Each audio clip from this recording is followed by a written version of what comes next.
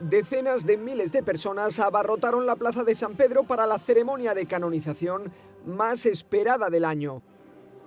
Algunas misioneras de la caridad lo vieron acompañadas de 1.500 pobres con asientos reservados en las primeras filas.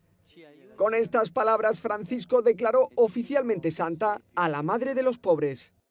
Ad deplorimorum fratrum nostrorum concilio, beatam Teresiam de Calcutta, santam esse discernimus et definimus, ac santorum catalogo ascribimus.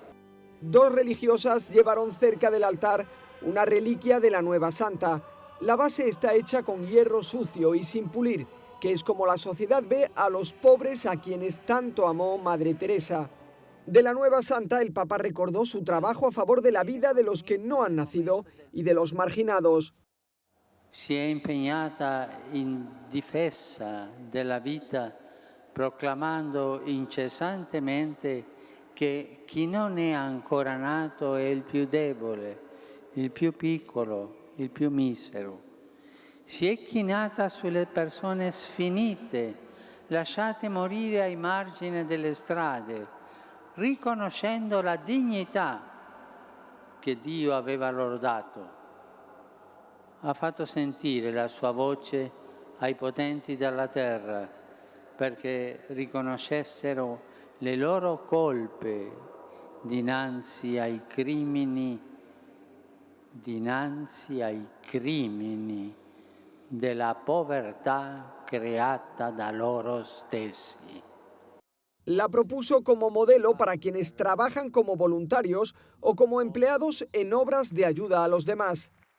Questa instancabile operatrice di misericordia ci aiuti a capire sempre più che l'unico nostro criterio di azione è l'amore gratuito, libero da ogni ideologia e da ogni vincolo e riversato verso tutti senza distinzioni di lingua, cultura, razza o religione. Madre Teresa amava dire: forse non parlo la loro lingua, ma posso sorridere. A la misa solo pudieron asistir 2 monjas de cada demarcación de la orden que Madre Teresa fundó. La mayoría de las 5.000 religiosas con que cuenta la orden la vieron a través de televisión desde sus casas. Sí que había en el Vaticano 15 delegaciones oficiales, como la americana presidida por la alto cargo de la Casa Blanca, Liza Mónaco, o la española, presidida por la madre del rey, la reina Sofía.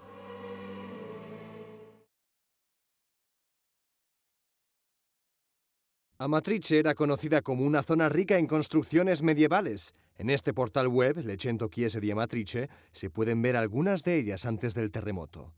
Este, en cambio, es su estado actual. Para estudiar la situación del interior de estos grandes edificios, los bomberos han recurrido a los robots y a los drones del proyecto TRADR, especializado en aplicar las altas tecnologías en situaciones de emergencia. Gracias a los vídeos y fotos que realizan las máquinas, se harán modelos en 3 dimensiones para ver cómo afrontar la restauración de los edificios. Por el momento, en la zona de Amatrice hay casi 5.000 personas desalojadas repartidas en ciudades vecinas y decenas de campos de tiendas. Las víctimas mortales del terremoto que asoló la región el pasado 24 de agosto son 295. Mientras el gobierno italiano trabaja por intentar afrontar la crisis, los afectados continúan recibiendo continuas muestras de apoyo. Hasta el Papa prometió visitar la zona afectada en cuanto sea posible.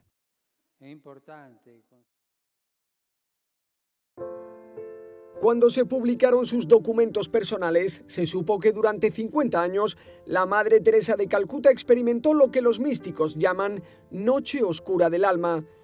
Se supo porque poco después de su muerte, unos sacerdotes jesuitas custodiaron algunos de esos escritos privados de la santa. Años después de su fallecimiento, cuando empezamos el proceso de beatificación, nos entregaron estos documentos que los jesuitas habían custodiado. Entonces descubrimos cosas que no sabíamos de ella. Nadie en la congregación sabía que durante 50 años experimentó esa oscuridad.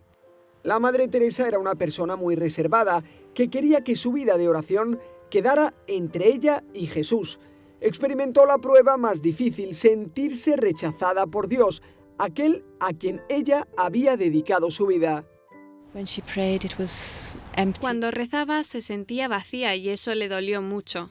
Tardó mucho en comprender lo que Dios quería con esa prueba.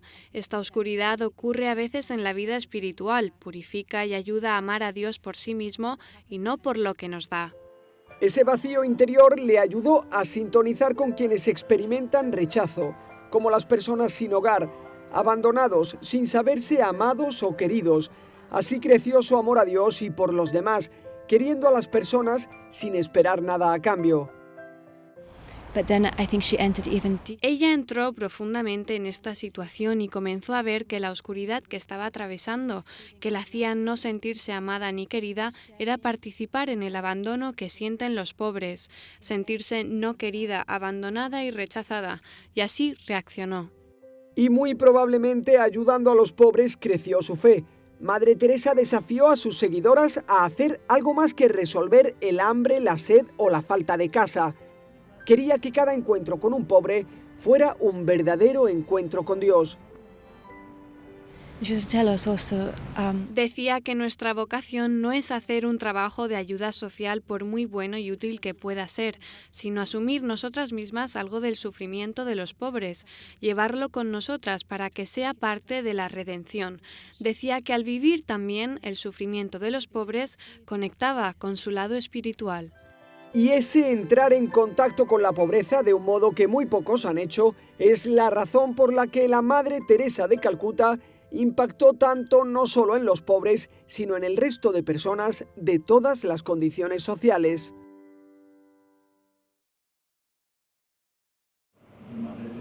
Fue quien tradujo por primera vez al albanés las oraciones de Madre Teresa de Calcuta, porque en Albania, debido a la implacable dictadura comunista que prohibió a Dios, no sabían quién era la albanesa más universal.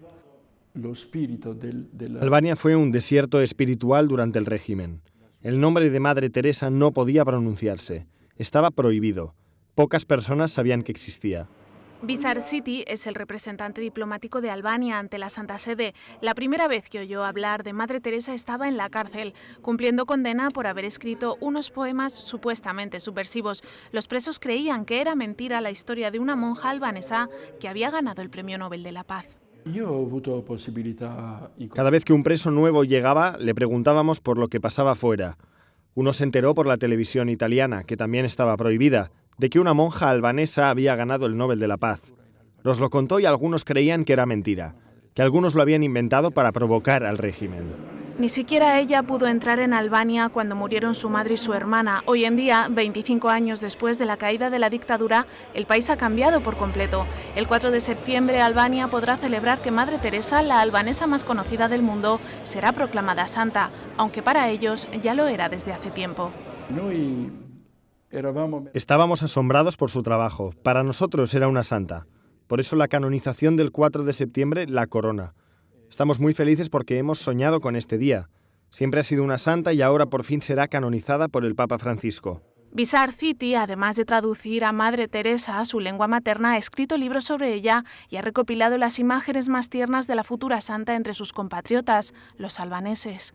Para ellos, ver a Madre Teresa como santa es algo más que ver a una albanesa en los altares. Es la confirmación de que pese a los intentos de la dictadura, nadie pudo arrancar las profundas raíces cristianas del corazón de los albaneses.